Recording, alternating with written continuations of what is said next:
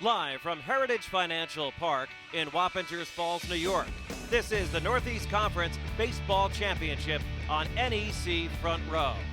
Today it's Game 9, an elimination game featuring the Merrimack Warriors and the LIU Sharks. Runner goes on a 1-2, slider outside, they throw all the way through. Here comes the runner from third, safe at the plate. Jamelli scores. Merrimack on a double steal takes a 1-0 lead. I thought Wade's throw back home took a little too much time to get to the plate, put a little too much underneath it, and I think the arc really cost him as Jamelli came speeding in. He was in no man's land. He didn't cut it off, and he didn't try to tag him. He just stood on the base, and then the throw was way high. For LIU, the base is loaded. Pitch is low, ball 4. Power really wanted it. Brady comes in to score, 2-0 Merrimack. 1-1, gets away, and he's gonna score. Ferrantino comes in head first, 3-0 Merrimack on the wild pitch.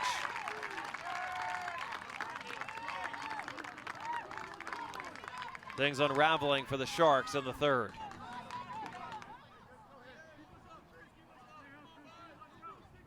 Impossible pitch to handle. LIU not assuming a huge inning. They would be happy to get 2 back here by bunting there. Hot shot, backhanded at second base by Haba. Throws to first, but the run scores. LIU is on the board as Pipersick comes across. Here's the 0-2. Try to come back inside, and this is rocketed into left center field. This one's out of here. Jake Castillo, his 16th home run of the season, and it's now 3-2. His second blast of the tourney. And a stomp on home plate as he comes across to plate that second run. A line drive, just a laser from Mastillo.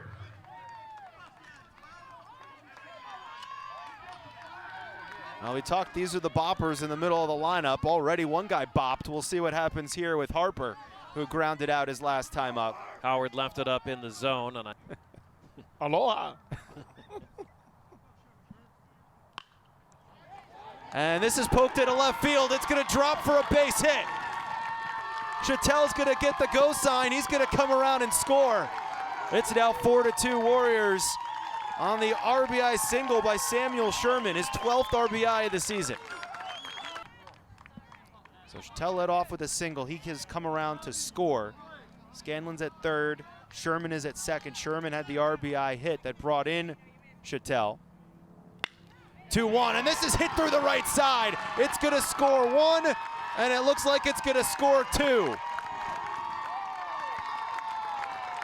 Brady with a 2 RBI single, and there's the 6 runs for the Warriors. They now lead 6-2.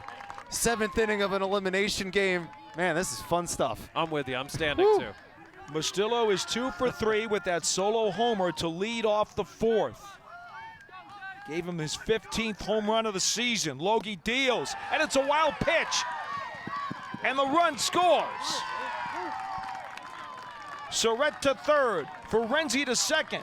Sorensen crosses the plate with LIU's 3rd run of the day. Ripped into left field.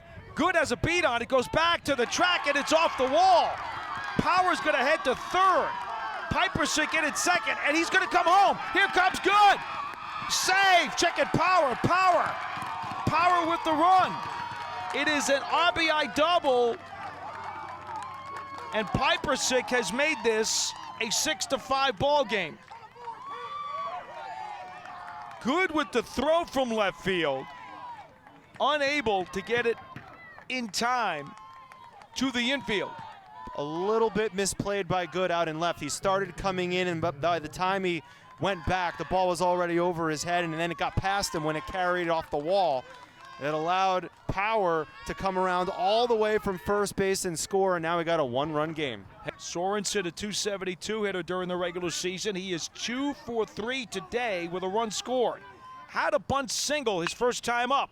And that's a bouncer down the first base line. And here comes the tying run, Pipersick. He will score. And it's 6-6 in the bottom of the 8th as Sorensen comes through with an RBI single. They brought him in at the corners, and that may have helped as he slaps it just fair down the first base line. Collins deals, tap, back to the pitcher. He will scoop it up, fire to first, and the ball gets away. And here comes the go-ahead run as Sorensen crosses the plate, and Surratt hustles his way down to second base. The Sharks have responded. They have scored 5 consecutive runs to take a 7-6 lead in the bottom of the 8th inning. The Sharks got lucky. Collins throws it into the base runner. We have seen this a number of times in this tournament where there's a close play at first. It hit Dolbazian in the glove. He just was distracted by the runner. Haven't hit a home run yet. They're 2-10 when they don't. He can try to keep it a 1-run game. Fly ball, deep right field. Scanlon going back. He's looking up at the wall. It is gone. A grand slam home run for J.C. Navarro. And the Sharks have blown this thing wide open. 11-6 with 7 runs in the bottom of the 8th. For Navarro, his 15th home run of the season.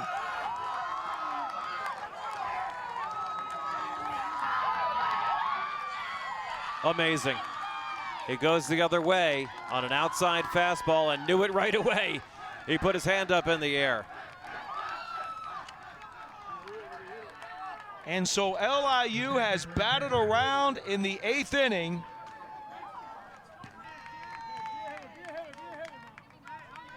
Van Doren led the league during the regular season with 9 saves. Deep drive to right field. Going back is Surratt, and that ball is gone.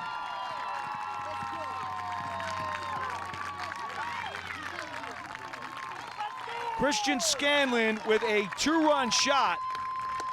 His second homer of the week gives him 16 for the season. And it is now an 11-8 ball game.